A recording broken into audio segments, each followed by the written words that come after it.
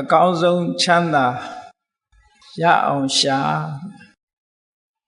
လောကလူတိုင်းဟာနေ့စဉ်နဲ့အမျှဘာကိုရှားနေကြသလဲလို့မေးရင်ချမ်းသာဒုက္ခရှားနေကြတာလောကလူတွေဘာတွေအတွက်အလုံးလုံးနေကြသလဲဆိုရင်ချမ်းသာဒုက္ခအတွက်လုံးလုံးနေကြတယ်ဓမ္မစစ်အားဖြင့်သေးသေးချာချာစစ်ဆေးပြီးစီစစ်ပြီးတော့ကြည့်ပဲဆိုလို့ရှိရင်လူသားတွေအလုံးရှာဖွေနေကြတာချမ်းသာဒုက္ခအတွက်ပဲတချို့ကပြောလိုက်ပဲချမ်းသာဒုက္ခရှာတာမဟုတ်ပါဘူးအလုတ်ရှာတာပါလို့ပြောကောင်းပြောလိုက်ပဲ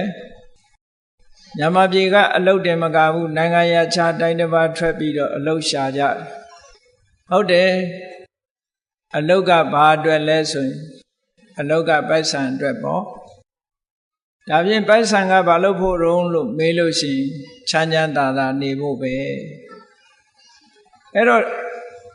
ဓမ္မစစ်အားဖြင့်ပြောမယ်ဆိုရင်လူတွေနေ့စဉ်နဲ့အမျှရှားဝေလောက်ကင်နေကြတာဘာလဲလို့ဆိုရင်ချမ်းသာဒုက္ခကိုရှားနေကြဒါဖြင့်လူတွေချမ်းသာဒုက္ခရှားနေတဲ့ချမ်းသာဒုက္ခကဘယ်လိုချမ်းသာမျိုးလဲဘုန်းကြီးတို့တွေကိုရရှိခံစားနေကြတဲ့ချမ်းသာဒုက္ခကိုအမတ်တမဲ့မနေဘဲနဲ့စစ်ဆေးကြည့်တဲ့နဲ့ချမ်းသာဒုက္ခဆိုတာအကျမ်းပြင်းအားဖြင့်ပြောမယ်ဆိုလို့ရှိရင်ကာမဒုက္ခတဲ့ကာမဒုက္ခဆိုတာဘာပြောလဲမျက်စိကနှစ်သက်စရာအာယုံကြည့်ပြီးတော့စိတ်ထဲကဝမ်းသာကြည်နူးမှုတွေဖြစ်တာဒါကာမဒုက္ခနားကตาရတဲ့အတန်ကလေးတွေနားထောင်ပြီးတော့စိတ်ထဲကဝမ်းသာကြည်နူးမှုဖြစ်တာဒါကာမဒုက္ခတီးဝိုင်းတွေသွားပြီးနားထောင်ပြီးတော့ပြောနေကြဟိုဂျာမနီနိုင်ငံတခါတော့ကဇူလိုင်လမှာအဘိဓမ္မာသင်တန်းသွားပြီးတော့ပို့ချလို့ဘာလင်မြို့ကိုရောက်တယ်ဘာလင်မြို့ကိုအရှိနဲ့အနောက်ခြားကွယ်ထားတဲ့ဒရိုင်းကြီးဖြိုချထားပြီးအရှိဘာလင်အနောက်ဘာလင်ပေါင်းစပ်ပြီးတဲ့နောက်မှာဘာလင်မြို့လယ်မှာကြောက်တိုင်ကြီးတစ်ခုရှိတယ်ဥရောပနိုင်ငံအရပ်ရပ်ကနေပြီးတော့လူတွေဟာတန်းချီပြီးတော့ဘာလင်မြို့ကိုရောက်လာကြတန်းချီပြီးရောက်လာတဲ့ဘာလင်မြို့ကိုလာပြီးတော့ရောက်တဲ့လာကြတဲ့ပုဂ္ဂိုလ်တွေဟာဘာအတွက်လာကြတာတုံးလို့ဆိုတော့လပ်ပရိတ်ပွဲတော်တဲ့လပ်ပရိတ်ပွဲတော်ဆိုတာဘာသာသင်လျော်သလိုပြန်မယ်ဆိုလို့ရှိရင်ချစ်သူတို့ရဲ့ချီတက်ပွဲပေါ့အဲ့ဒီပရိတ်ဆိုတဲ့လပ်ပရိတ်ဆိုတဲ့ပွဲတော်ကိုလာရောက်ပြီးတော့ဘာလင်မြို့ကိုလာရောက်ပြီးတော့ပျော်ကြပါကြဘုန်းကြီးတို့စီဗိဓမာသင်္นานလာတက်တဲ့ဂျာမန်ဘုန်းကြီးတစ်ပါးကဆရာတော်ကိုပြရအောင်မယ်တဲ့အတွေ့အကြုံရအောင်သူ့အခန်းခေါ်ပြီးတော့ Lightcast တိုက်ရိုက်အသံလွှင့်ပေးနေတဲ့တယ်လီဗီရှင်းကိုဖွင့်ပြီးတော့ပြတယ်လက်ပရိတ်ပွဲဆင်နွှဲနေကြတဲ့လူတွေတန်ပေါင်းများစွာလမ်းပေါ်မှာမလုပ်နေကြတာတော့ဆိုအိုးတချင်းဆိုကြပျော်ကြပါကြတီးကြကကြခုန်ကြဆိုတဲ့နေတဲ့လူတွေမဟုတ်ဘူးအဲ့ဒီပွဲကိုဆင်နွှဲပြီးတော့နေကြတာအဲ့တော့လောကလူတွေဟာကာမဒုက္ခလို့ခေါ်တဲ့မျက်စိကနှစ်သက်စရာအာယုန်တွေကြည့်ပြီးတော့ပျော်ရွှင်ချမ်းသာမှုရကြတယ်နားကလည်းနားထောင်ပြီးတော့ပျော်ရွှင်ချမ်းသာမှုတွေကိုရကြတယ်ဒီနှစ်ခုကတော့အများဆုံးပဲလို့ပြောအောင်သို့တော့တခြားချမ်းသာဒုက္ခရှားနေကြတာတွေရှိသေးတယ်ဘာတွေလဲမွေးကြိုင်တဲ့အနတ်နေနဲ့ပျော်ရွှင်ချမ်းသာမှုကိုရှာကြတယ်ဒါကတော့ငြိမ်ငြိမ်သက်သက်ပဲမွေးကြတဲ့ခုနကလိုစူးစူးညံညံကတာခုံတာမရှိဘူးမွေးကြိုင်တဲ့အနတ်နဲ့ပျော်ရွှင်မှုချမ်းသာတာကတော့ချမ်းသာမှုကိုရှာတာကတော့ သူလည်းပဲကြီးမားတဲ့ရှားကြမှုကြီးပဲဘာဖြစ်လို့တော့ဆိုလို့ရှိရင်ကဘာမှာလိုက်ပြီးတော့ကြည့်လိုက်အမွှေးနံ့သာထုတ်တဲ့ကုမ္ပဏီတွေဟာနဲတာမဟုတ်ဘူးအမွှေးနံ့သာထုတ်တဲ့ကုမ္ပဏီတွေနော်ရေမွေးတို့ပေါင်တာတို့ဆိုတဲ့စသဖြင့်အမွှေးနံ့သာထုတ်တဲ့ကုမ္ပဏီတွေဟာသိချမ်းသာနေကြဘာဖြစ်လို့လဲဆိုလို့ရှိရင်လူတွေကမွေးချိုင်မှုနဲ့ပျော်ရွှင်ချမ်းမြေ့မှုကိုရှာကြတာကိုဒါကြောင့်မို့လို့အမွှေးနံ့သာတွေထုတ်လို့ရောင်းချမှုဟာလည်းပဲအင်မတန်ကြီးမားတဲ့စီးပွားရေးလုပ်ငန်းကြီးဖြစ်လာတယ်လူတွေရဲ့ချမ်းသာဒုက္ခကိုဖန်တီးပေးတဲ့သဘောဒါရင်လားလို့ဆိုမကသေးဘူးအရသာရှိတဲ့အစာအာဟာရလေးတွေကိုစားပြီးတော့ပျော်ရွှင်မှုကိုရှာကြတယ်အိမ်တိုင်းမှာလည်းပဲမိဖို့ကြောင့်လေးတွေရှိတာလူတိုင်းလည်းချက်ကြပြုတ်ကြသို့တော်လည်းအိမ်တိုင်းမိဖို့ကြောင့်ရှိပေမဲ့လူတိုင်းချက်ပြုတ်စားပေမဲ့လို့နိုင်ငံတိုင်းမြို့တိုင်းမှာ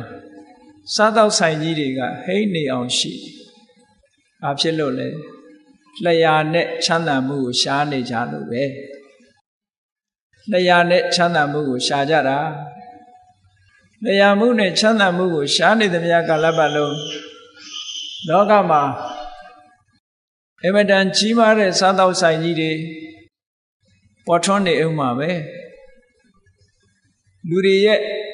အရသာပေါ်မှာမမောတွေ့တာမှုဖြင့်ချမ်းသာဒုက္ခကိုရှာတဲ့ကိစ္စဘယ်တော့မှအပိတတ်မှာမဟုတ်ဘူးမြန်မာလူမျိုးတွေကမြန်မာထမင်းဟင်းစားရတာကြားလာတဲ့အခါကျတော့ကိုရီးယားချက်ကလေးတို့အရသာရှာကြတယ်နော် Chinese cuisine တရုတ်လက်ရာ Korea cuisine ကိုရီးယားလက်ရာ Indian cuisine နော် Indian လက်ရာအမျိုးမျိုးနဲ့စားတောက်ဖွယ်အမျိုးမျိုးတွေကိုမှာယူစားတောက်ပြီးတော့နေကြတာတဲ့ဒါလူတွေခံစားလို့ရတဲ့ချမ်းသာဒုက္ခတွေပဲ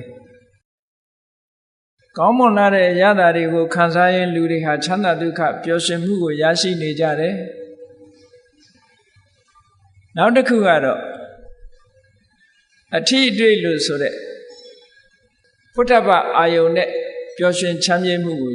ရှာကြတယ်ဒါကြောင့်မို့လို့လူတွေဝတ်စားဆင်ရင်တဲ့အဝတ်တွေဟာလေအမျိုးမျိုးအထီးတွေကောင်းတဲ့အဝတ်တွေအမတန်ခမ်းနားတဲ့ဆိုပါကြီးတွေနဲ့အိပ်ရာတွေအလွန်ခမ်းနားတဲ့ဆက်တီကြီးတွေထိုင်လိုက်ရင်အိပ်ဆက်သွားတဲ့ဆက်တီကြီးတွေလူတွေမှာဒါတွေဟာချမ်းသာဒုက္ခဒီချမ်းသာဒုက္ခတွေကိုမိမိတို့အတိုင်းအတာအလိုက်ခံစားနေကြတယ်အဲ့ဒီချမ်းသာခံစားတာတွေဟာတကယ်စဉ်းစားကြည့်ပဲဆိုလို့ရှိရင်အစင်အတန်းအနှိမ့်အမြင့်အလိုက်ထူးခြားမှုရှိပါတယ်ရှိတော့လေဒီချမ်းသာဒုက္ခတွေဟာသူ့တန်ရာသူ့ဘဝနဲ့သူဟာချမ်းသာဒုက္ခရနေကြတာလူတွေသာဒီလိုချမ်းသာဒုက္ခကိုရတာမဟုတ်ဘူးတိရစ္ဆာန်တွေလည်းရနေတာပဲဒီချမ်းသာဒုက္ခမိမိတို့မျက်စိအောက်မှာရှိတဲ့ကြောင်ကလေးတွေခွေးကလေးတွေလည်းပဲဟောဒီကာမဒုက္ခဆိုတာသူတို့အထိုက်လျောက်ရှိတာထိုက်လျောက်ရှိတယ်တရဝတိုင်းဟာကာမဂုဏ်အာယုန်လို့ဆိုတဲ့ချမ်းသာဒုက္ခတွေရဖို့ရာအတွက်ပတာထ၅ပါးမျက်စိနားနာလျှာကိုယ်လို့ဆိုတဲ့ပတာထ၅ပါးမှာထိတွေ့လာတဲ့ကာမဂုဏ်အာယုန်တွေနဲ့ပတ်သက်ပြီးပျော်ရွှင်ချမ်းမြေ့မှုကိုရနေကြတာကြီးပဲတဲ့အကုန်သူ့အတိုင်းအတာနဲ့သူရနေတာလူတွေမှာလည်းအစဉ်တန်းရှိသလိုတိရစ္ဆာန်တွေမှာလည်းသူ့အစဉ်နဲ့သူရရှိနေကြတိရစ္ဆာန်လေးတွေရတဲ့ချမ်းသာဒုက္ခထိုတိရစ္ဆာန်လေးတွေကလူတွေရတဲ့ချမ်းသာဒုက္ခလဲမလားဆိုလဲမှာမဟုတ်ဘူးသူဟာလေးနဲ့သူတော့သဘောကျတယ်ဒါကြောင့်မို့လို့ပြာပုံထဲမှာအိတ်နေကြခွေးကလေးကိုအိမ်မော်တင်ပြီးတော့တိတ်ပေမဲ့အိတ်ချင်မှအိတ်မှာပြာပုံလေးကိုသဘောကျဘာဖြစ်လို့သူလည်းသူချမ်းသာသူခံစားနေတာအလုံးဟာ သူကြိုက်တဲ့အစာတိရစ္ဆာန်တွေလည်းတိရစ္ဆာန်တွေကြိုက်တဲ့အစာအာဟာရနဲ့သူကသူခြေနှပ်ပြီးတော့နေကြတယ်ဒါကြောင့်မို့ဓမ္မစကြာမှာမြတ်စွာဘုရားကဟောထားတယ်မို့လားကာမဒုက္ခနဲ့ပတ်သက်လာလို့ရှိရင်ကာမေတုကာမဒုက္ခလိကာနုယောကောဟိနောတကယ်တော့ဒီချမ်းသာဒုက္ခလူတွေခံစားလို့ရတဲ့ချမ်းသာဒုက္ခတွေမှာအညံ့ဆုံးပဲဘာဖြစ်လို့ညံ့ဆုံးလဲဆိုရင်တိရစ္ဆာန်တွေရတဲ့ချမ်းသာဒုက္ခနဲ့ဘာမှမထူးတိရစ္ဆာန်တွေကလည်းမျက်စိနဲ့မြင်ပြီးတော့ကျေနပ်တာပဲနားကကြားပြီးတော့လည်းကျေနပ်မှုရတာပဲနှာခေါင်းနဲ့ရှုပြီးတော့ကျေနပ်မှုရတာပဲဘာမှမထူးဘူး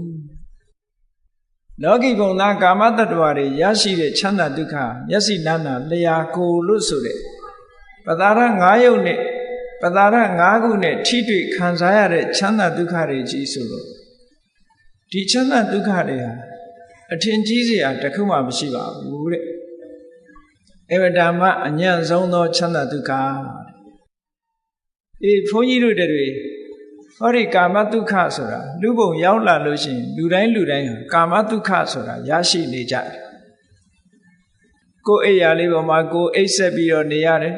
ကာမဒုက္ခပဲကိုကြိုက်တဲ့ထမင်းဟင်းလေးစားနေရတယ်စိတ်ချမ်းသာတယ်ကာမဒုက္ခပဲကိုကြိုက်တဲ့သချင်းလေးအတန်လေးနားထောင်နေရတယ်ချမ်းသာတယ်ပျော်ရွှင်တယ်ကာမဒုက္ခပဲကိုကြိုက်တဲ့အနံ့ကလေးနမ်းရှူနေရတယ်ပျော်ရွှင်တယ်ချမ်းမြေ့တယ်ကာမဒုက္ခပဲမျက်စိကနေကိုမြင်နေတာလေးမြင်နေရလို့ရှိရင်စိတ်ထဲမှာချမ်းသာတယ်ကာမဒုက္ခပဲနားတဲ့ကตายရတဲ့အတန်လေးတွေနားထောင်ပြီးတော့စိတ်ထဲမှာကြည်နူးမှုရတယ်ဒါတွေလည်းကာမဒုက္ခပဲမျက်စိကမြင်သမျှအာယုံနားကကြားသမျှအတန်နှာခေါင်းကနမ်းရှူရသမျှနှစ်သက်စရာအနတ်လျှာနဲ့ထိတွေ့ပြီးခံစားရတဲ့အရာသာခန္ဓာကိုယ်နဲ့ထိတွေ့ပြီးရရှိရတဲ့ခံစားရတဲ့အရာသာအဲ့ဒီအရာသာတွေမှန်သမျှဟာဒါကာမဒုက္ခပဲအဲ့ဒါကြောင့်ဖြစ်ပေါ်လာတဲ့ပီတိသောမနတရှင်ထဲမှာကြည်နူးမှုနဲ့ဝမ်းသာမှုဟာဒါကာမဒုက္ခလို့ဒီလိုခေါ်တယ်အဲ့ဒီကာမဒုက္ခကိုသာလျှင်ဘုန်းကြီးတို့တွေသိတယ်ဒီတဲ့အစင်မြင့်တဲ့ဒုက္ခဆိုတာမသိဘူးမသိတော့ဒီချမ်းသာဟာအကောင်းဆုံးချမ်းသာလို့ထင်ဒီတဲ့ချမ်းသာတာဟာတွေ့လည်းမတွေ့ဘူးမြင်လည်းမမြင်ဘူးကြားလည်းမကြားဘူးကိုယ်တိုင်လည်းမခံစားဘူးဆိုတော့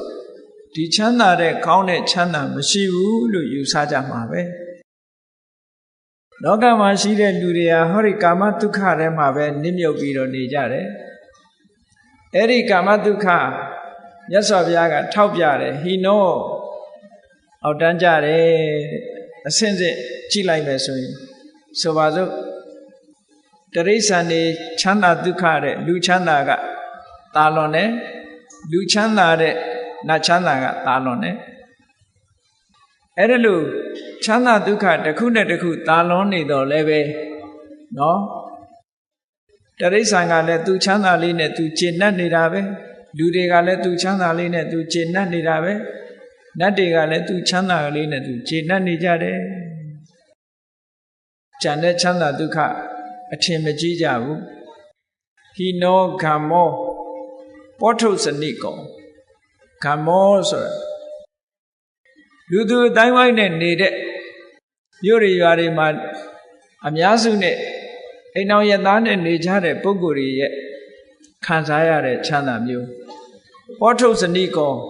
လူအများစုခံစားတဲ့ချမ်းသာဒုက္ခမျိုးအနတ္တိယောမြင့်မြတ်တဲ့ပုဂ္ဂိုလ်တွေခံစားတဲ့ဟာမျိုးမဟုတ်ဘူးတဲ့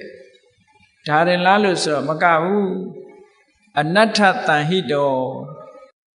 ဒီကာမဂုဏ်အာယုံလို့ဆိုတဲ့ချမ်းသာဒုက္ခတွေပေါ်မှာမေ့မျောပြီးတော့နေမယ်ဆိုလို့ရှိရင်ထိုပုဂ္ဂိုလ်ဟာကာမဂုဏ်အာယုံတစ်ခုချမ်းသာဒုက္ခခံစားလို့သည်ဖြစ်ဖြစ်ဘာတွေလုပ်လဲကောင်းတာလည်းလုပ်တယ်မကောင်းတာလည်းလုပ်တယ်မကောင်းတာလုပ်မိသွားလို့ရှိရင်ထိုမကောင်းတဲ့ကံရဲ့အကျိုးကိုခံစားရသည့်အတွက်ကြောင့်ဆင်းရဲတဲ့မှာနေမျောကြရပြန်တယ်ချမ်းသာတစ်ခုအကြောင်းပြုပြီးတော့ကောင်းတာတွေကိုလုပ်တဲ့အခါမှာလည်းပဲဒီချမ်းသာတဲ့တာလွန်တဲ့ချမ်းသာကိုမတွေ့ဘူး ဒီချမ်းသာထဲမှာပြန်ပြီးတော့နေမောနေတယ်တတ္တဝါတွေရဲ့ပုထုဇဉ်ပုဂ္ဂိုလ်တွေရဲ့ဘုံဘဝသိရှိနားလည်ကြတဲ့ချမ်းသာဒုက္ခဒီကာမဒုက္ခပဲဒီထဲကနေရှေ့ပြီးတော့တိုးတက်သွားအောင်ဒုက္ခတစ်မျိုးကိုရှာဖွေတွေ့ရှိခြင်းကမစွမ်းနိုင်ကြဘူးဒီထဲမှာပဲနေမျောနေကြတယ်ဒါပြောတာနော်ဒါဖြင့်ကာမဒုက္ခတဲ့ချမ်းသာဒုက္ခမျိုးရှိသလားလို့ဆိုတော့ရှိတယ်အဲ့ဒီချမ်းသာကဘာချမ်းသာလို့ခေါ်လဲဆိုရင်နိက္ခမ္မဒုက္ခတဲ့နိက္ခမ္မဒုက္ခဆိုတာမျက်စိနဲ့မြင်ပြီးတော့စိတ်ချမ်းသာမှုကိုယူတာလည်းမဟုတ်ဘူးနားနဲ့အသံကိုနားထောင်ပြီးတော့စိတ်ချမ်းသာမှုကိုရယူတာမဟုတ်ဘူးနှာခေါင်းနဲ့နမ်းရှူပြီးတော့စိတ်ချမ်းသာမှုကိုရတာမဟုတ်ဘူးလျှာနဲ့လျက်ပြီးတော့စိတ်ချမ်းသာမှုကိုရတာလည်းမဟုတ်ဘူးခန္ဓာကိုယ်နဲ့ထိတွေ့ပြီးတဲ့နောက်မှာစိတ်ချမ်းသာမှုကိုရတာလည်းမဟုတ်ဘူးတဲ့အဲ့ဒီကာမဂုဏ်အာယုန်လို့ဆိုတဲ့ဒီအာယုန်တွေဟာအပူအပင်တွေနဲ့ရောထွေးပြီးတော့နေတဲ့ချမ်းသာဒုက္ခတွေဖြစ်လို့အခုတခဏချမ်းသာရင်တော်ကြချမ်းသာခြင်းမှချမ်းသာတယ်ချမ်းသာဒုက္ခကလည်းအမတန်မှတူတောင်းတယ်ကာမဂုဏ်ချမ်းသာဆိုတာအမတန်မှတူတောင်းတယ်အဲ့ဒီကာမချမ်းသာတွေကိုဖယ်ရှားပြစ်လိုက်မှကာမချမ်းသာတွေနဲ့ဆက်ဆက်မှုမရှိဘဲနဲ့တရားဓမ္မကိုနှလုံးသွင်းပြီးတော့နေတဲ့ချမ်းသာမျိုးကြတော့နိက္ခမ္မဒုက္ခလို့ခေါ်တယ်ကာမဂုဏ်ချမ်းသာတွေကိုခွာရှောင်ပြီးတော့ရလာတဲ့ချမ်းသာအဲ့ဒီချမ်းသာမျိုးကဇန်ချမ်းသာတို့မဲ့ချမ်းသာတို့ဖို့ချမ်းသာတို့ဆိုတာနိက္ခမ္မဒုက္ခအဲ့ဒီနိက္ခမ္မဒုက္ခကိုပုထုဇဉ်ပုဂ္ဂိုလ်တွေအနေနဲ့သဘောကျလားလို့ဆိုသဘောမကျဘူးအရိယသူတော်စင်တွေကအဲ့ဒါကိုချမ်းသာလို့သတ်မှတ်တယ်ပုထုဇဉ်တွေကဆင်းရဲတယ်လို့ထင်တယ်အထင်ချင်းအမြင်ချင်းအလုံးကိုကွာခြားတယ်ဟော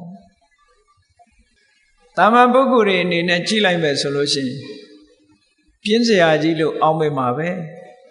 တရားဓမ္မနှလုံးသွင်းပြီးတူတဲ့အေးဆေးဆေးတီတီငြိမ်ငြိမ်ထိုင်းနေတဲ့ပုဂ္ဂိုလ်ကြည့်လိုက်မယ်ဆိုရင်ကြံတဲ့ပုဂ္ဂိုလ်တွေကဒီလူငုတ်တုတ်ကြီးထိုင်ပြီးဘာတွေလုံတော့ပြင်းစရာကြီးလို့ဒီလိုပဲထင်။ဘာဖြစ်လို့သူခံစားမှုတာကကာမဒုက္ခပဲခံစားမှုတာလေ။ဟိုလူကရလာတဲ့နိက္ခမ္မဒုက္ခကြတော့အေးကာမဒုက္ခဆိုတာအလိုမကျစရာတွေအများကြီးရှိတယ်။အလိုမကျစရာတွေအများကြီးရှိတယ်။ဆိုပါစို့မျက်စိဖြင့်လှတာပတာကြည့်ပြီးတော့ချမ်းသာဒုက္ခကိုခံစားခြင်းနဲ့ဆိုရင်မျက်စိအောက်ကအလှအပပျောက်သွားတာနဲ့တပြိုင်နက်ဟောချမ်းသာဒုက္ခရှိပါအောင်မလားမရှိတော့ဘူးနားတဲ့ကနှစ်သက်ตาရပွဲအတန်ပျောက်သွားတာနဲ့တပြိုင်နက်ချမ်းသာဒုက္ခရှိနိုင်ပါအောင်မလားမရှိဘူးနှာခေါင်းကနမ်းရှူရတဲ့အနံ့ပျောက်သွားလို့ပြောင်းလဲသွားတာနဲ့တပြိုင်နက်ချမ်းသာဒုက္ခဆိုတာမရှိနိုင်ကြဘူးလျှာကခံစားပြီးတော့ရတဲ့ချမ်းသာဒုက္ခဆိုတာလည်းပဲနော်တခဏမျှတာပဲဖြစ်တယ်ခန္ဓာကိုယ်နဲ့ထိတွေ့ပြီးရရှိတဲ့ချမ်းသာဒုက္ခဆိုတာလည်းတခဏမျှတာဖြစ်တယ်အဲ့ဒီချမ်းသာဒုက္ခတွေကိုရရှိခံစားလာတဲ့အချိန်ပိုင်းလေးကအမတ္တမတူထောင်းတယ်အမတ္တမတူထောင်းတယ်အမတ္တမတူထောင်းသည့်အတွက်ကြောင့်တခဏလေးချမ်းသာတာကိုသာဝရထင်ပြီးတော့ကာမဒုက္ခထဲမှာနေမျောနေကြတဲ့ပုဂ္ဂိုလ်တွေကအလွန်တရာမှများပါတယ်မြတ်စွာဘုရားကကာမဒုက္ခကိုဘယ်လိုဥပမာပေးထားတော့ဆိုမီလဒုက္ခမီလဆိုတာလူတွေစွန့်ပစ်လိုက်တဲ့မစင်အညစ်အကြေးကိုမီလလို့ခေါ်တယ်မီလဒုက္ခမစင်အညစ်အကြေးလူချမ်းသာမျိုးကြည့်လေလူတွေရဲ့မစင်အညစ်အကြေးကိုကြိုက်တတ်တဲ့ခွေးတရဝါတွေဆိုလို့ရှိရင်ဘလောက်ကောင်းတဲ့ထမင်းဟင်းကြွေကြွေမစင်အညစ်အကြေးမြင်လိုက်ရင်နည်းနည်းတော့နမ်းလိုက်ရအောင်မှချိန်တတ်တယ်အနတ်နမ်းရလို့ရှိရင်ဟုတ်လားမစင်အညစ်အကြေးစားရတာပို့ပြီးတော့သူနှစ်သက်ချိန်တတ်တယ်ဒါကိုကြိုက်တာအကောင်းဆုံးဖြစ်နေကြတယ်ပေါ့ကာမဒုက္ခဆိုတာကိုကြိုက်တာကိုအကောင်းဆုံးဖြစ်နေကြတယ်ဒွင်းသည်ကြိုက်တဲ့လူကဒွင်းသည်ကောင်းတယ်မကြိုက်တဲ့လူကနမ်းတယ်ဟော ဒီလိုပဲကာမဒုက္ခဆိုတာတယောက်နဲ့တယောက်လည်းတူညီတာမဟုတ်ဘူးခံစားရတဲ့အချိန်လေးရလည်းအမှန်တမ်းတူတောင်းတယ်ဒါကြောင့်မို့မြတ်စွာဘုရားကမီလဒုက္ခမစင်ပမာချမ်းသာမျိုးပါတဲ့ဒီချမ်းသာမျိုးတွေကအဲ့ဒီချမ်းသာမျိုးကိုသာခံစားမှုတဲ့ပုရုဇဉ်ပုဂ္ဂိုလ်တွေဟာနိခမ္မဒုက္ခလို့ဆိုတဲ့ဒီကာမဂုဏ်အာယုန်တွေကိုဖယ်ရှားပစ်လိုက်လို့ဖြစ်ပေါ်လာတဲ့ချမ်းသာဒုက္ခမျိုးအိမ်မက်ထက်တောင်မဲ့လို့မရဘူးအရိယသူတော်စင်များကြတော့အစစ်မြင့်လာတဲ့ပုဂ္ဂိုလ်ကြတော့ကာမဒုက္ခဆိုတာပူလောင်မှုတွေနဲ့ဖြစ်နေတယ်ဒါကြောင့်မို့တကယ်ချမ်းသာတာမဟုတ်ဘူးတကယ်ချမ်းသာမှုဆိုတာဟာကာမဒုက္ခထဲမှာမရှိနိုင်ဘူးဟောနိခမ္မဒုက္ခကာမဂုဏ်အာယုန်ကထွက်ခွာလိုက်လို့ရလာတဲ့ချမ်းသာဒုက္ခအမတန်မှအေးချမ်းတယ်တည်ငြိမ်တယ်ငြိမ်သက်တယ်ပူပင်ခြင်းမရှိဘူးနိခမ္မဒုက္ခရထားတဲ့ပုဂ္ဂိုလ်တရားဟာကာမဒုက္ခလို့မျက်စိအမြင်အောက်ကပျောက်သွားလို့အာယုန်၅ပါးတည်းကကိုယ့်ရဲ့ဒီပတာရတွေအတွင်းကနေပျောက်သွားသည့်အတွက်ကြောင့်လဲပူလောင်ခြင်းဆိုတာမဖြစ်ဘူးပျောက်သွားတဲ့ဇရာလည်းအကြောင်းမရှိဘူးဒါကြောင့်မို့နိခမ္မဒုက္ခအမတန်မှချမ်းသာတဲ့ချမ်းသာဒုက္ခလို့ဒီလိုဟောတာနော်နိခမ္မဒုက္ခမရဘူးဆိုလို့ရှိရင်တော့ကာမဒုက္ခကိုပဲအကောင်းဆုံးလို့ဒီလိုထင်ကြမယ်ပေါ့ကောင်းပြီနိခမ္မဒုက္ခတဲ့ချမ်းသာတဲ့ဒုက္ခတစ်ခုထပ်ပြီးတော့ပြောမယ်ဆိုလို့ရှိရင်ဥပတ္တမဒုက္ခငြိမ်းအေးတဲ့ချမ်းသာငြိမ်းအေးတဲ့ချမ်းသာဆိုတာတဏ္ဍိဒုက္ခနိဗ္ဗာန်မှာရှိတဲ့ချမ်းသာမျိုးနိဗ္ဗာန်ဆိုတာအပူပင်ကိလေသာတွေအလုံးချုပ်ငြိမ်းသွားလို့ပူတတ်တဲ့သဘာဝတရားတွေလည်းတစ်ခုမှမရှိဘူးပူစေတတ်တဲ့သဘာဝတရားတွေလည်းတစ်ခုမှမရှိဘူးယုတ်ဓမ္မနန္ဓမဆိုတာတွေ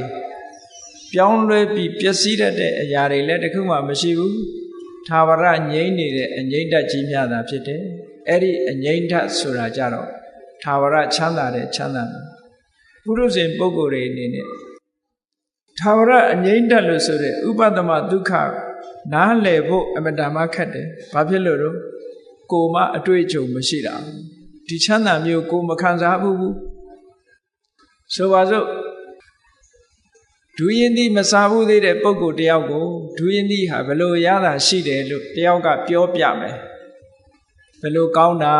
ဒူရင်သည်ရတာဘလို့ကောင်းတယ်စသဖြင့်ပြောပြလို့ရှိရင်ဟိုတစ်ဖက်သားကကောင်းတယ်ဆိုတာတော့ तू မှတ်မိတယ်သို့တော်လည်းဘလို့ကောင်းမှန်းကို तू ကခံစားကြည့်ဘူးခြင်းမရှိသည့်အတွက်ကြောင့်ဘလို့ကောင်းတယ်ဆိုတာသူ့ထဲမှာ तू တွေးမိမှာမဟုတ်ဘူးဒီလိုပဲနိဗ္ဗာန်ချမ်းသာကိုကိုယ်တိုင်မခံစားရသေးတဲ့ပုဂ္ဂိုလ်တွေနိဗ္ဗာန်ချမ်းသာတယ်ဆိုတာဘလို့ခံစားကြည့်မှသိမှာမဟုတ်ဘူးကောင်းပြီဒီလိုကာမဒုက္ခနိခမ္မဒုက္ခဥပတ္တမဒုက္ခလို့ဆိုရဲချမ်းသာတွေဟာအကျဉ်းအားဖြင့်ပြောမယ်ဆိုလို့ရှိရင်ဒီသုံးမျိုးဟာအဆင့်ဆင့်တက်လာကာမဒုက္ခကိုဖယ်ရှားလိုက်တဲ့အခါမှာနိခမ္မဒုက္ခရတယ်နိခမ္မဒုက္ခရပြီးတဲ့အခါမှာဥပတ္တမဒုက္ခဆိုတာမျိုးကိုရနိုင်တယ်ဥပတ္တမဒုက္ခလို့ဆိုတဲ့အငြိမ့်တဲ့ချမ်းသာကတော့သာဝရချမ်းသာတဲ့ချမ်းသာမျိုးဖြစ်ပါတယ်လောကမှာဘုန်းကြီးတို့တွေပုရုဇဉ်တွေရနေတဲ့ကာမဒုက္ခသည်အလွန်တရာမှ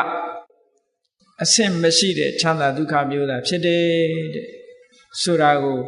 မြတ်စွာဘုရားကဒီတဲ့အဆင့်မြင့်တဲ့ချမ်းသာဒုက္ခတစ်ခုဘယ်လိုရအောင်လုပ်ရမလဲဆိုတာကိုဘဟုဝေဒနိယသုတ်တံမှာမြတ်စွာဘုရားဟောထားတာရှိတယ်ဘုန်းကြီးတို့တွေဒီတဲ့တာလွန်တဲ့ချမ်းသာဒုက္ခတွေရှိသေးတယ်ဆိုတာကိုသိအောင်ကြိုးစားရသိအောင်ကြိုးစားပြီးတော့လက်တွေ့ခံစားနိုင်အောင်ကြိုးစားဖို့လိုအပ်တယ်ကြိုးစားတဲ့နည်းလမ်းတွေကအကုန်ရှိတယ်ထိုနည်းလမ်းအတိုင်းမိမိတို့ကြိုးစားအားထုတ်မှသာလျှင်အဲ့ဒီချမ်းသာဒုက္ခမျိုးကိုကိုယ်တိုင်တွေ့ရှိမှဖြစ်တယ်ဒီလိုမှမဟုတ်ဘူးဆိုလို့ရှိရင်ဒီချမ်းသာဒုက္ခမျိုးဟာအပြောပဲကိုယ်တိုင်လည်းပဲတွေ့ရှိဖို့ဆိုတာမဖြစ်နိုင်ဘူးတဲ့ဒါကြောင့်မို့နိခမ္မဒုက္ခလို့ဆိုတဲ့ချမ်းသာတွေတဲကချမ်းသာတစ်ခုရဖို့ရအတွက်ဘာလုပ်ရမလဲ နိက္ခမဒုက္ခဆိုတာပြောရင်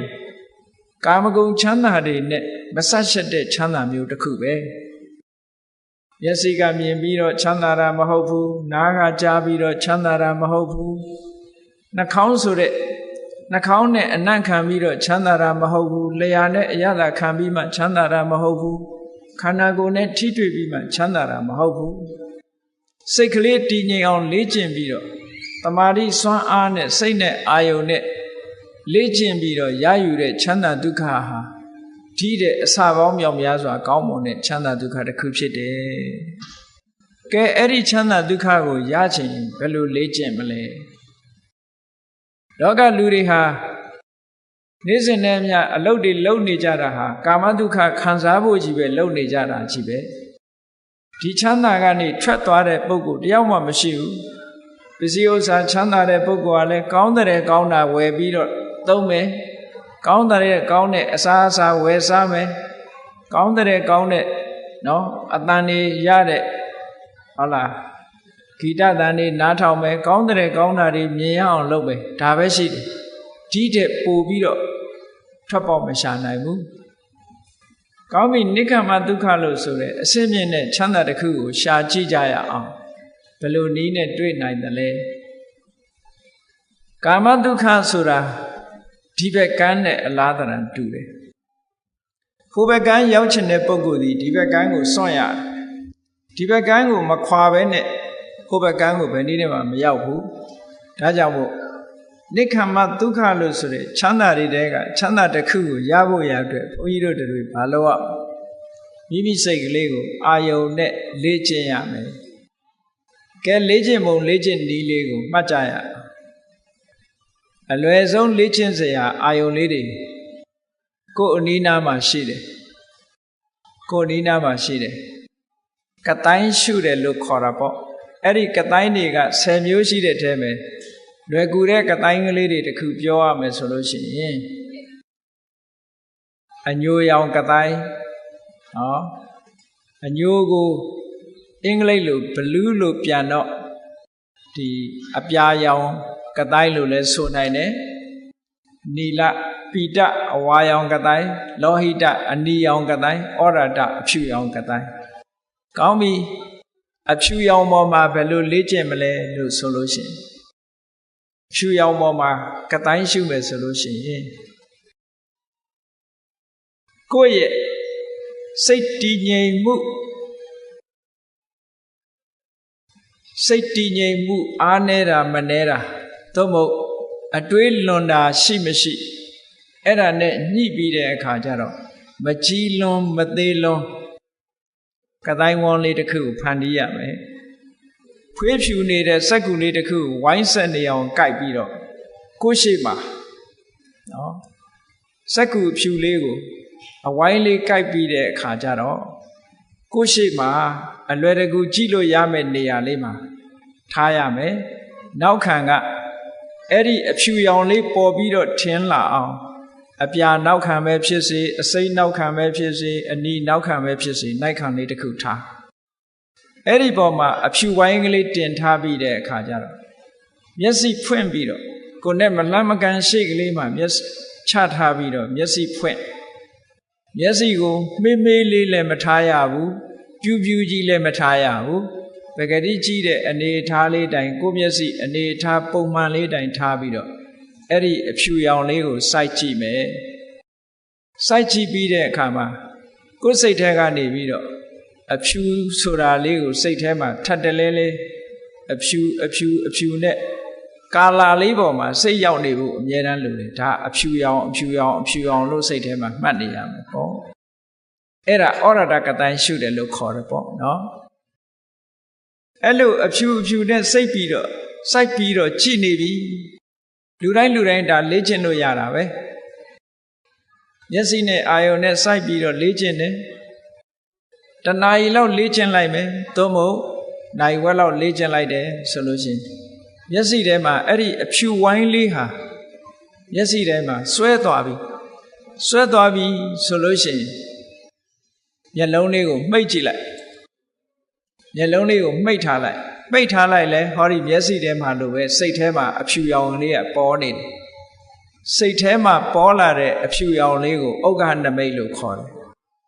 စိတ်ထဲကမှတ်ထားလိုက်ပြီအဲ့ဒီအဖြူရောင်လေးကိုဥက္ခနမိတ်ဆိုတာစိတ်ကမှတ်ယူထားလိုက်တာ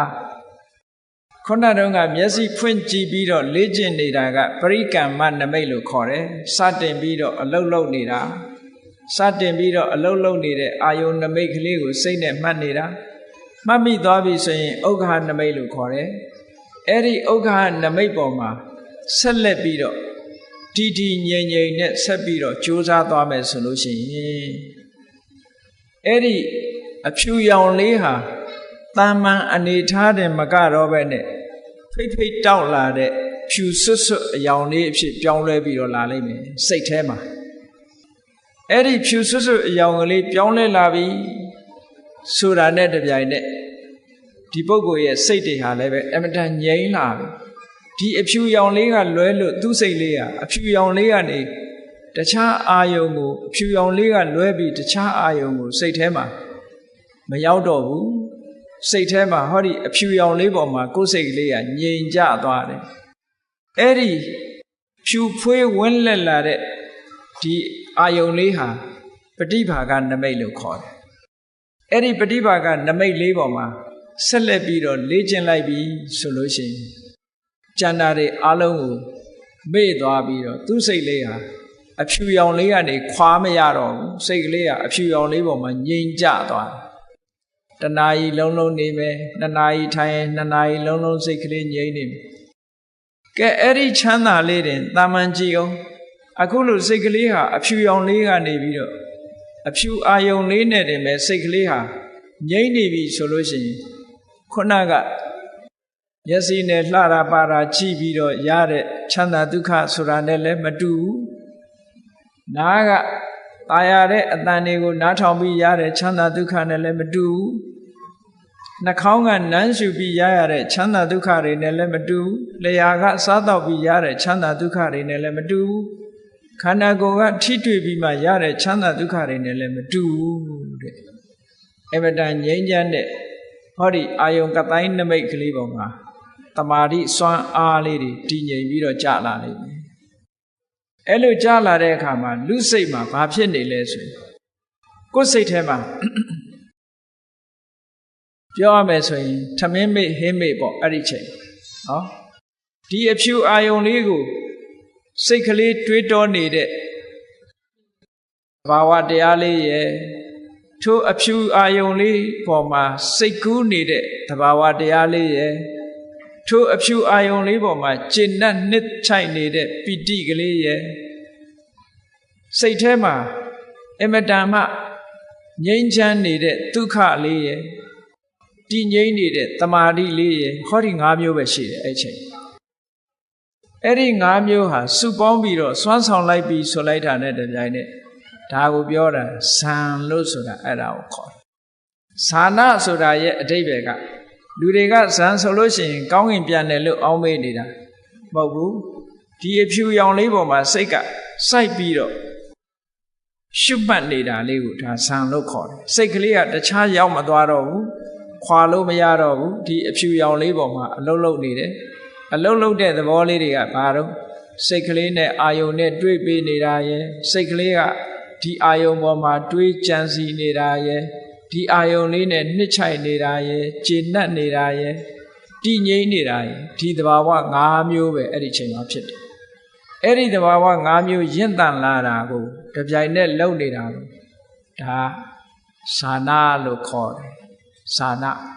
ကဲအဲ့ဒီဇာနာဆိုတဲ့အဆင့်ရောက်လာတဲ့အခါမှာ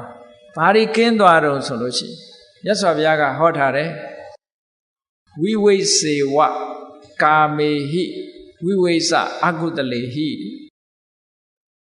စိတ်ကလေးအဲ့ဒီအဖြူရောင်အာယုံလေးပေါ်မှာထားနိုင်ပြီဆိုလို့ရှိရင်တဲ့ခုနကပြောတဲ့ကာမတုခပေါ်မှာကျဉ်တ်နေတဲ့အတွေးတွေတခုမှမရှိတော့ကာမအာယုံပတာရ၅ယုတ်ပတာရ၅မျိုးနဲ့ထိတွေ့ပြီးခံစားရတဲ့ကာမအတွေးတွေတခုမှမရှိတော့ဘူး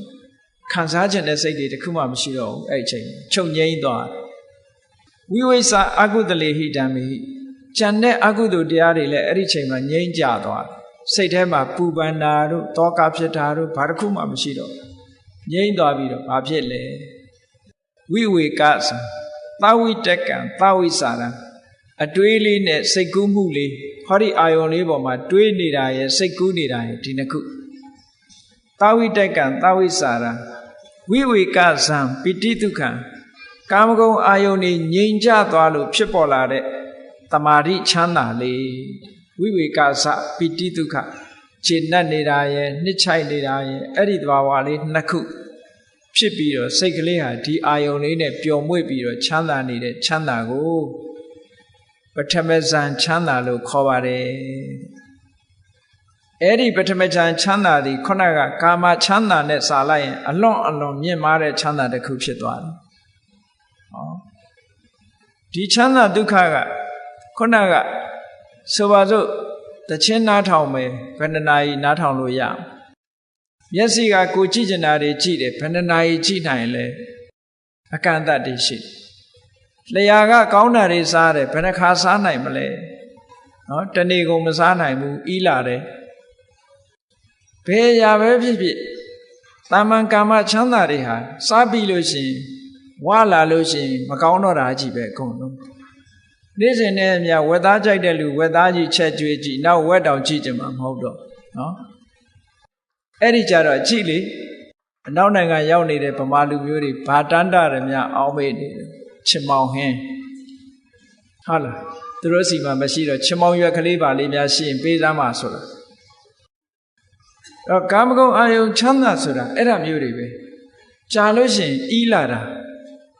ဟော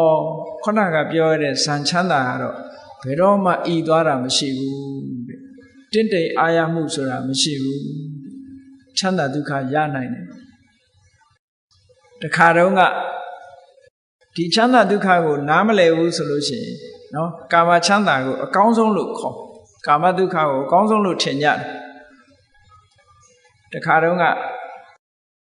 နိခန္ဓာတွေ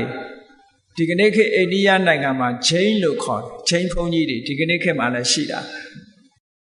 သူတို့က naked အဲ့ဒီချိန်ဘုန်းကြီးတွေနဲ့မြတ်စွာဘုရားနဲ့တွေ့ဆုံပြီးတော့စကားပြောကြ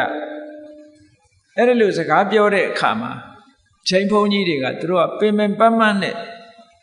ခက်ခက်ရင်ရင်အကျင့်တွေကျင့်မှချမ်းသာကိုရတယ်လို့သူတို့ကယူဆတယ်သူတို့ပြောတဲ့စကားလေးကဒုက္ခတနန္တရံဒုက္ခံ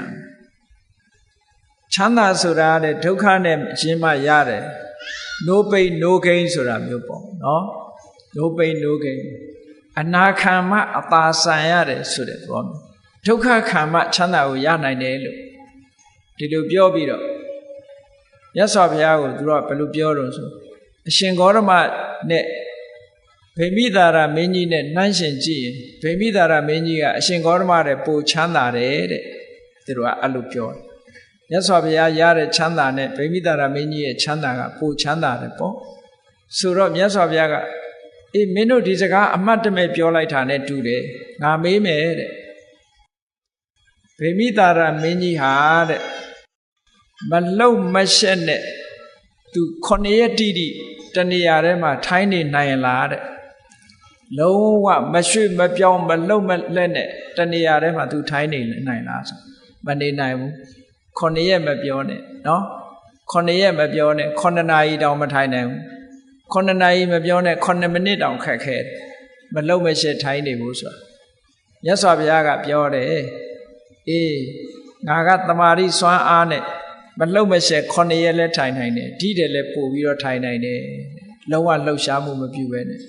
အဲ့တော့ဘယ်သူကပို့ချမ်းသာတာလဲနော်မြတ်စွာဘုရားရဲ့ချမ်းသာမှုကဆင်းရဲဒုက္ခမလာလို့ထိုင်လို့ရတာပေါ့ဆင်းရဲဒုက္ခလုံးဝမလာဘူးကာယိကဒုက္ခညောင်းတာညာတာကြိုက်တာခဲတာဆိုတာလုံးဝမရှိစေတသိကဒုက္ခစိတ်ထဲကစိတ်မပါလို့ပြင်းညင်းငွေလာတာမျိုးဆိုတာမရှိကာမချမ်းသာဆိုတာပြင်းညင်းငွေလာတတ်တယ်ပြင်းညင်းငွေမှုတွေရှိတယ်ဟောအခုပြောတဲ့နိက္ခမဒုက္ခလေ့ကျင့်ပြီးတော့ရယူလိုက်ပြီဆိုရင်ပြင်းညင်းငွေသွားတာဘယ်တော့မှမရှိဘူးဒါကြောင့်မို့ပထမဇန်ချမ်းသာကိုဝိဝေကစပိတိဒုက္ခတဲ့ ကာမဂုဏ်အာယုန်တွေစိတ်ငြိမ်သွားသည့်အတွက်ကြောင့်ကာမဂုဏ်အာယုန်တွေကိုစွန့်လွတ်လိုက်လို့ရရှိလာတဲ့ချမ်းသာဒုက္ခမျိုးပါဒီလိုပြောတာနော်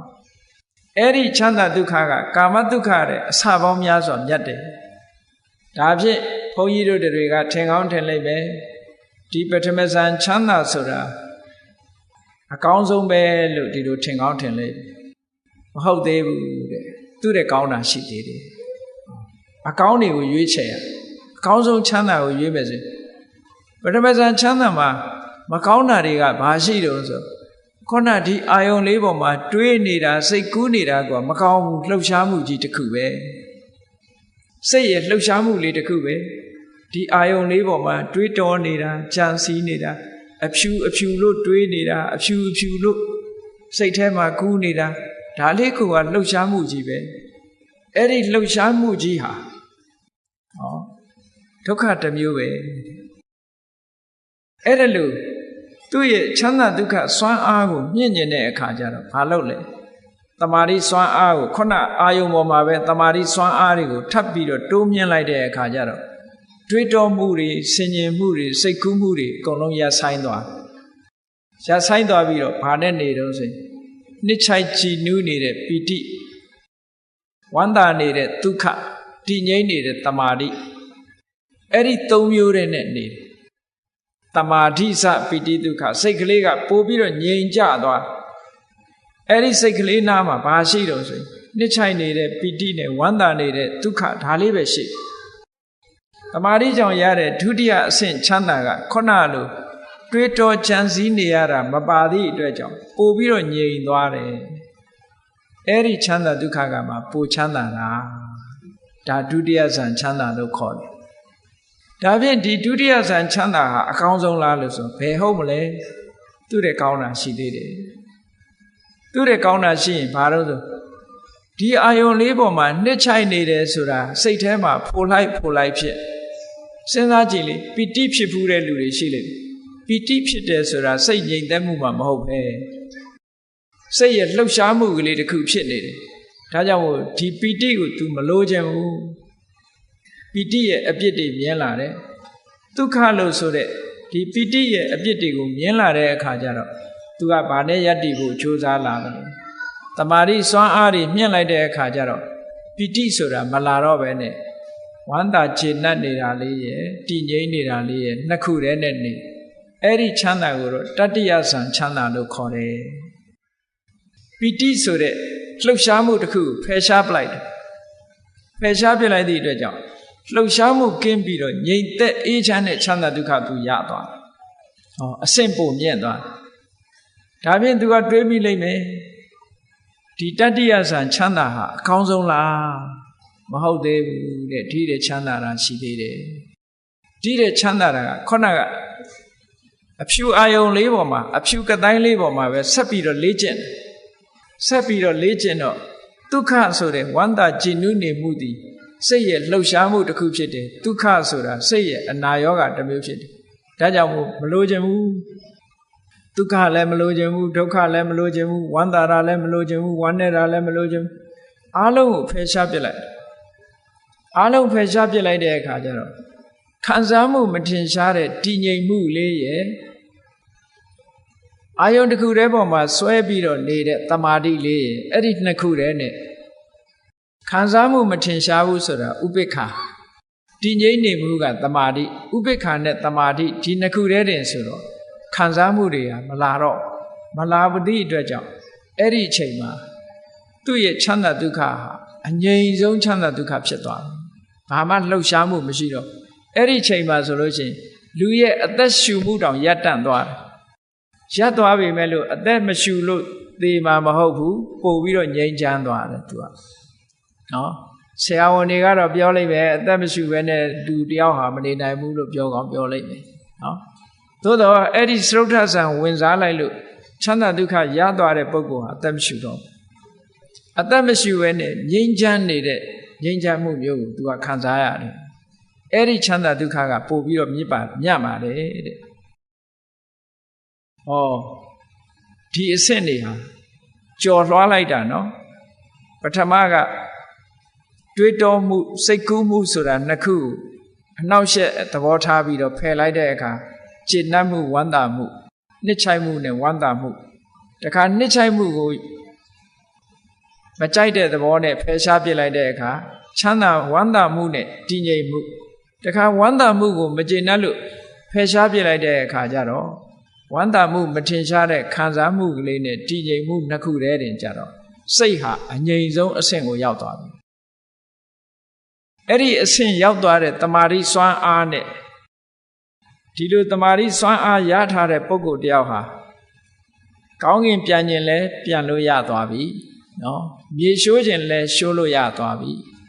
အဘိညာဉ်တွေဖန်ဆင်းလို့ရသွားပြီအဲ့ဒီအဆင့်ကြတော့ဒါဖြင့်ကောင်းပြီကောင်းကင်ပြန်တယ်ဆိုတာဘယ်လိုလုပ်ပြန်ရလဲ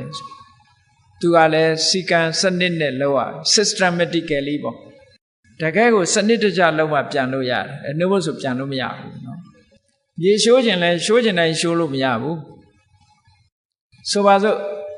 မြေရှိုးခြင်းတယ်ဆိုလို့ရှိရင်ဒီတိုင်းကောက်ရှိုးပဲရမှာတော့မြေကြီးကအမာကြီးပဲဘယ်လိုလုပ်ရှိုးမရဘယ်လိုလုပ်ရတော့လို့ဆိုလို့ရှိရင်သူက supernormal power supernatural မဟုတ်ဘူး supernormal power တဘာဝကိုဆန့်ကျင်ပြီးတော့လုပ်လို့မရဘူးဥပမာပဲဒီစတိတ်ခုံကြီးကိုဖောက်ပြီးတော့အောက်ဆင်းကျင်တယ်ဆိုရင်ဘာလုပ်ရမလဲလို့ဆိုလို့ရှိရင်ကိုသွားလောက်တဲ့အတိုင်းအတာတစ်ခုအရာဒီအပေါက်ကြီးဖြစ်အောင်စိတ်ထဲကဖန်တီးရအပေါက်ကြီးဖြစ်သွားပြီလို့သူစိတ်ကူးလိုက်တာနဲ့တပြိုင်နက်သူသွားမဲ့လမ်းကြောင်းကြီးကအပေါက်ကြီးဖြစ်သွားကြံတဲ့လူတွေကတော့အပေါက်မဟုတ်ဘူးမြေကြီးတဲ့ရှိုးကျင်တယ်ဆိုရင်လည်းသူသွားမဲ့လမ်းကြောင်းကိုသူကရှင်းလိုက်တယ်မြေလိုင်ကောင်းကြီးဖြစ်သွားအောင်သူလှုပ်လိုက်စိတ်ထဲကနေမြေလိုင်ကောင်းကြီးလို့ပြောလိုက်တာနဲ့ဟိုသူ့အဖို့မှာမြေလိုင်ကောင်းကြီးဖြစ်သွားဝင်သွားတာအဲ့ထဲဘေးကလူတွေကတော့မြေရှိုးသွားတယ်လို့ပဲပြောသူ့အဖို့ကတော့အဲ့ဒါလိုင်ကောင်းနဲ့ဝင်သွားတာပဲအလွယ်တကူပဲကောင်းကင်ပြန်ကျင်တယ်ဆိုလဲအရန်ပြန်လို့မရဘူးခန္ဓာကိုယ်ကြီးဆိုတာအလေးကြီးဘယ်လိုလုပ်ပြန်လို့ရမှာတော့ထခုံလဲဘုံဝင်နဲ့ကြာမှာပေါ့ဘယ်လိုလုပ်ရမလဲအင်မတန်ပေါ်ပါတဲ့စိတ်ကလေးတဲကိုဟောဒီရုပ်ခန္ဓာကိုယ်ကြီးကိုပေါင်းထည့်ပေးလိုက်စိတ်သွားတဲ့ကိုပါဆိုတာအဲ့ဒါမှာနော်စိတ်ကဟိုနာရောက်သွားတယ်လူကပါရောက်သွားပြီဒီမှာပျောက်ဟိုရောက်အဲ့ဒါမှစိတ်သွားတိုင်းကိုပါဖြစ်တယ်စိတ်แท้ကိုရုပ်ခန္ဓာကိုထည့်ပေးလိုက်တယ်ထည့်ပေးလိုက်ရင်ဒီနာပျောက်ဟိုနာရောက်အဲ့ဒီဟာမျိုးဖြစ်တယ်သို့မဟုတ်ငှက်လို့ကောင်းငင်ကိုပြန်သွားခြင်းနဲ့လမ်းလျှောက်ပြီးတော့သွားခြင်းနဲ့ဆိုလို့ရှိရင်ကိုသွားမဲ့လမ်းကြောင်းကိုဖန်တီးရတယ်သူစိတ်ထဲမှာတော့ဒါလမ်းကြောင်းကြီးပဲအဲ့ဒီလမ်းကြောင်းကြီးပေါ်ကိုလမ်းလျှောက်သွားတယ်ဆိုတဲ့အတိတ်ပဲဒါဖြင့်ရေပြင်ပေါ်ဖြတ်ပြီးတော့မြေကြီးကိုဖြတ်ပြီးဟိုဘက်ကိုလမ်းလျှောက်သွားခြင်းနဲ့ဆိုလို့ရှိရင်ဒီတိုင်းသွားလျှောက်လို့မရဘူးရေနစ်သွားမယ်မလုပ်ရမလဲကိုလျှောက်မဲ့နေရာကိုလျှောက်လမ်းဖန်တီးရမယ်ရေပြင်ပေါ်မှာသူကလမ်းလို့ပြောလိုက်လို့ရှိရင်သူ့အဖို့မှာလမ်းကြီးဖြစ်သွားသူစိတ်ကူးလိုက်တာနဲ့ဖြစ်သွားတယ်အဲ့ဒီလမ်းပေါ်မှာသူလျှောက်သွားဂျန်တဲ့လူလျှောက်သွားမြုပ်မှာပဲဒီလိုသူက systematically လုပ်ရတာမြေကြီးထဲမှာတောင်ကောင်းထဲမှာဘာတွေရှိသလဲလို့ကြည့်ချင်လို့ရှိရင်လေဒီတိုင်းကြီးသွားကြည့်မမြင်ရဘူးတကူဆိုတာပဲပဲလို့ဒီတိုင်းကြီးလောက်ရတာမဟုတ်ဘူး systematically ပဲကဲဘုန်းကြီးတို့တရားချက်ခင်သူတော်စင်ပြိဿတ်တို့ညမှောင်နေတဲ့လျှက်စစ်မီးတွေလည်းမရှိဘူးအမှောင်ကြီးတဲ့ကိုကြည့်ချင်လို့ရှိရင်ဘာလို့ဓာမီကလေးနဲ့ထိုးကြည့်ရတယ်မဟုတ်လားဓာမီလေးနဲ့ထိုးရင်မမြင်ရဘူးလားအဲ့ဒီမြင်ရတယ်ဆိုတာအကုန်မြင်ရတာလားဓာမီရှိအလင်းရောင်နဲ့ရှိတာဒါမြင်ရတာလားအလင်းရှိတာမြင်ရတာအဲ့ဒါလိုပဲဒိဗ္ဗစကုဘိညာဉ်နဲ့ကြည့်ချင်ပြီဆိုလို့ရှိရင်ပထမအလင်းဖြန့်ရတယ်အာလောကကတိုင်းတို့ပွားပြီးတော့အလင်းဖြန့်လိုက်ရတယ်ဖြန့်ပြီးတဲ့အခါမှာကြည့်ဒီတိုင်းကြည့်ရင်မမြင်ရဘူးဒီတိုင်းကြည့်ရင်မမြင်ရကိုကြည့်ချင်တဲ့နေရာကိုပထမမီးထိုးလိုက်တယ်လို့ပဲအလင်းရောင်ကိုဖြန့်ပေးရတယ်ဖြန့်ပြီးပြီဆိုမှကြည့်အဲ့ဒါတကူဆိုတာဒီတိုင်းလှုပ်ချင်တယ်လှုပ်တာမဟုတ်ဘူးသဘာဝအတိုင်းလှုပ်ရတာနော်အဲ့ဒါခုနကလို့တမာရီစွမ်းအားတွေမြင့်လာပြီဆိုလို့ရှိရင်တကူဖန်ဆင်းလို့ရသွားပြီတဲ့ဒါလူတိုင်းမှာဒီစွမ်းရည်တတ္တိတွေရှိတယ်ရှိရတဲ့နဲ့ဘာလို့မရလဲဆိုမလေးခြင်းလို့မရနော်မလေးခြင်းလို့မရ လေ့ကျင့်နိုင်ပြီဆိုလို့ရှိရင်ဒီစွမ်းရည်တတ္တိတွေရလာမှာသို့တော့လေ့ကျင့်တဲ့အခါမှာအသက်အရွယ်ကြီးတဲ့ပုဂ္ဂိုလ်တွေကြတော့ရာခိုင်နှုန်းတွေယော့သွားပြီအသက်အရွယ်ကြီးတာကိုအကြောင်းပြုပြီးတော့ဓမ္မခံနိုင်တော့ဘူးအသက်အရွယ်ကြီးအသက်ငယ်တဲ့ပုဂ္ဂိုလ်ကလေ့ကျင့်ပို့ပြီးတော့မြန်မြန်ရနိုင်တယ်ကြာကြာလုံနိုင်တာငယ်ရွယ်သူကကြာကြာထိုင်နိုင်သည့်အတွက်ကြောင့်သူတို့ကြတော့အောင်မြင်နိုင်တယ်လို့ဒီလိုပြောတာနော်ကဲကောင်းပြီဒီစရုဒ္ဓဆံချမ်းသာဟာအမြင့်ဆုံးချမ်းသာလားလို့ဆိုမဟုတ်ဘူးသူလည်းအကောင်းဆုံးမဟုတ်သေးဘူးဘာဖြစ်လို့အကောင်းဆုံးမဟုတ်တုံးဆိုလို့ရှိရင်သူကလည်းဒီအဖြူဝိုင်းကြီးနဲ့သူကကြည်နေရသေးတာပဲအဖြူဝိုင်းကြီးကိုသူဖယ်ရှားပြစ်လို့ရမှာမရတာမရသည့်အတွက်ကြောင့်သူကလည်းပဲဒီအဖြူဝိုင်းကြီးနဲ့ဆက်ဆက်ပြီးတော့တွေးနေရသည့်အတွက်ကြောင့်ချမ်းသာဒုက္ခလို့မဆိုနိုင်သေးဘူးတဲ့ဒါဖြင့်သူ့ရဲ့ချမ်းသာတာဖြစ်အောင်ဘယ်လိုလုပ်ရတော့ဆိုရင်စိတ်ထဲကနေပြီးအဲ့ဒီအဖြူဝိုင်းကြီးကိုဖျောက်လိုက်ဩရတကတိုင်းဆိုတဲ့အဖြူကတိုင်းကြီးကိုစိတ်ထဲကနေဖျောက်လိုက်ရင်ဘာကြံတော့ဟာလာဟင်းလင်းကြီးကြံအဲ့ဒါကို space လို့ခေါ်တယ်အာကာသလို့ခေါ်တယ်နော်အဖြူဝိုင်းကြီးကိုစိတ်ထဲနဲ့ဖျောက်လိုက်တဲ့အခါကျတော့အဖြူနေရာမှာကွက်လက်ကြီးတစ်ခုကြံရစ်တယ်အဲ့ဒီကွက်လက်ကြီးကိုအနန္တအာကာသလို့နှလုံးသွင်းပြီးတော့ကြည့်လိုက်တယ်မျက်စိနဲ့ဆက်ဆက်တဲ့ရုပ်နဲ့ဆက်ဆက်တာတွေတခုမှအလိုမရှိနော်ကောင်းကင်ဆိုတာ space ဆိုတာဘာမှမရှိတဲ့အရာတစ်ခုဖြစ်သွားတယ်ကွက်လက်ကြီးအဲ့ဒီကွက်လက်ကြီးပေါ်မှာစိတ်ကိုငြိမ်အောင်လုပ်ပြီးတော့ထားလိုက်တာတဲ့ခုနကအဖြူဝိုင်းကိုမကြည့်တော့ဘဲနဲ့ကွက်လက်ကြီးနဲ့တင်ပဲသူကသွားလိုက်တာအဲ့ဒါကြတော့အာကာသနိစယတနာဇံလို့ခေါ်တဲ့အရူပဇံတစ်မျိုးကိုသူရသွားတယ်အဲ့ဒါကြတော့ပို့ပြီးတော့ချမ်းသာဒုက္ခပိုမြင့်နေတဲ့သူရဲ့ချမ်းသာဒုက္ခကပိုမြင့်သွားတယ်ဒါဖြင့်သူအကောင်းဆုံးလားလို့ဆိုမဟုတ်ဘူးသူတဲ့ကောင်းတာရှိသေးတယ်သူတဲ့ကောင်းတဲ့ချမ်းသာဘာတော့ဆိုရင်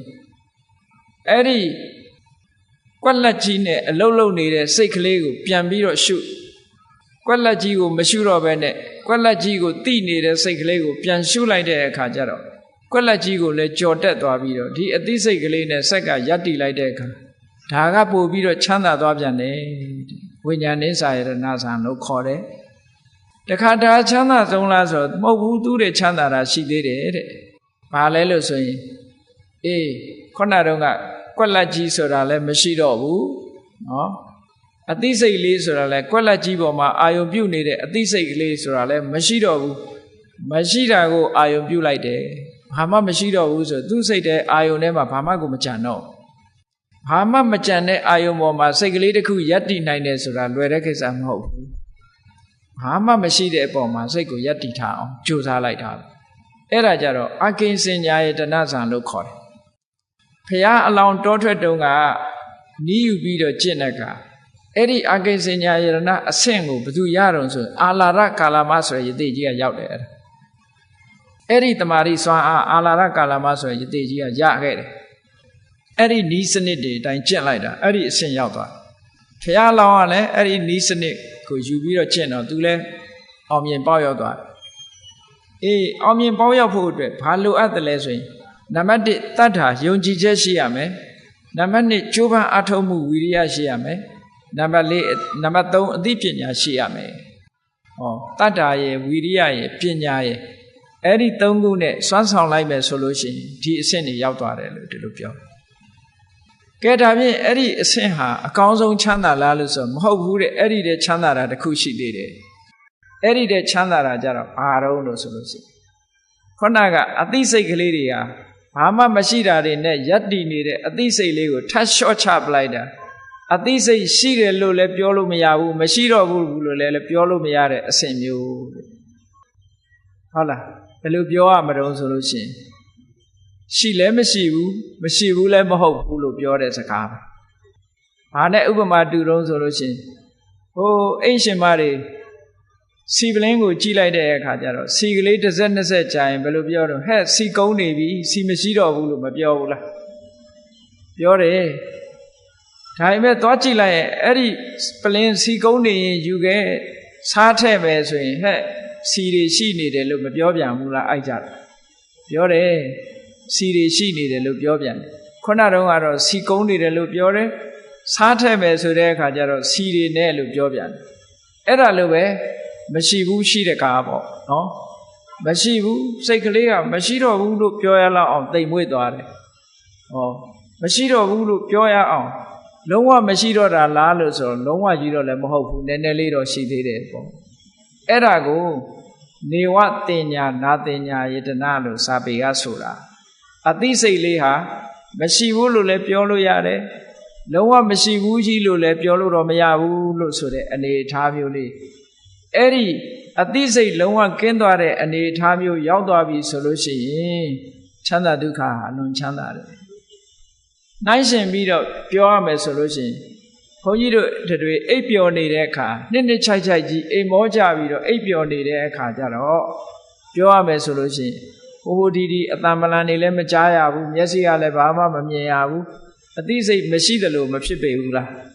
အိမ်မက်တွေလည်းမမက်ဘူးဆိုပါစို့ဟုတ်ကလားမမက်ဖဲနဲ့နေတဲ့အခါနှစ်ချိုက်ကြီးအိပ်ပျော်ပြီးတော့သွားလို့နိုးလာတဲ့အခါဘာပြောတော့အိပ်ရတာကောင်းလိုက်တာလို့မပြောဘူးလားပြောတယ်ဘာသိလို့ကောင်းတာလဲအိပ်တယ်ဘာမှမသိဘူးအဲ့ဒါလိုပဲခုနနေဝတိညာနာတိညာရဏဆံရောက်သွားတဲ့အခါအသိစိတ်မရှိသလောက်တိမ်မွေ့သွားတာကိုကောင်းလိုက်တာလို့ပဲပြောရတဲ့ချမ်းသာဒုက္ခပဲဒါဖြင့်ဒီတဲ့ချမ်းသာဒုက္ခရှိသေးလားလို့ဆိုရှိသေးတယ်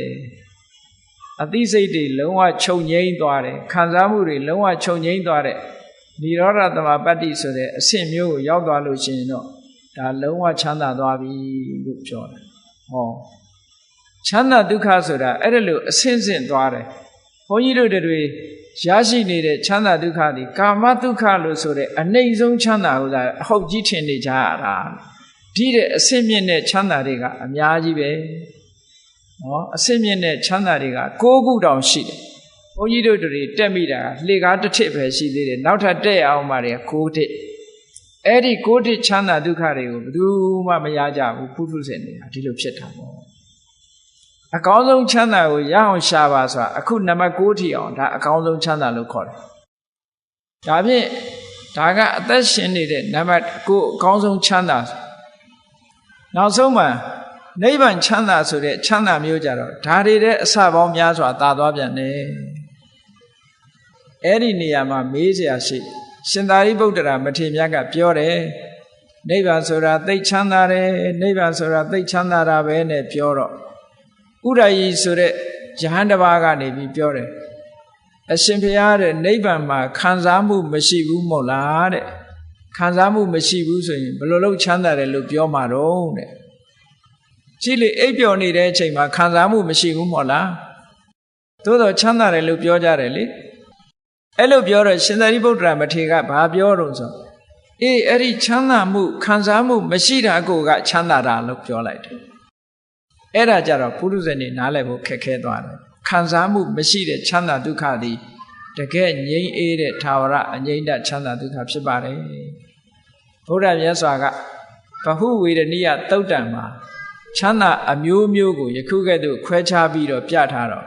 တရားရှင်ခင်သူတော်စင်ပြိဿတို့သည်တို့တွေဟာအကောင်းဆုံးသောချမ်းသာဆိုတာဘယ်ဟာလဲလို့ရှာကြံပြီးတော့ထိုအကောင်းဆုံးချမ်းသာရအောင်ကြိုးစားကြမယ်ဆိုရင်ဤစနစ်တွေအတိုင်းအခုလိုကျင့်ကြံကြိုးကိုအထုတ်ပြီးတော့ရလာတဲ့ချမ်းသာဒုက္ခမျိုးကသာလဲတကယ်အကောင်းဆုံးချမ်းသာဖြစ်တယ်တို့တွေနေ့စဉ်နဲ့အမျှရနေတဲ့ချမ်းသာဒုက္ခဆိုတာဘာမှပြောပလောက်တဲ့ချမ်းသာဒုက္ခမဟုတ်ဘူးတဲ့တရားဝါအလုံးမွေးရပါရနေတဲ့ချမ်းသာဒုက္ခမြတ်တာဖြစ်တယ်အေးဒီတဲ့မြင့်မြတ်တဲ့ချမ်းသာဒုက္ခတွေတို့တွေဘုရားမြတ်စွာသာသနာတော်ကြီးနဲ့ကြုံတွေ့နေတဲ့အချိန်မှာနည်းနည်းလေးပဲဖြစ်စေညီးကြည့်နိုင်လောက်အောင်ကြိုးစားအားထုတ်မှသင့်မယ်လို့ကိုယ်စီသဘောကျပြီးတော့အကောင်းဆုံးချမ်းသာကိုရအောင်ရှာနိုင်ကြပါစေကုန်သတည်း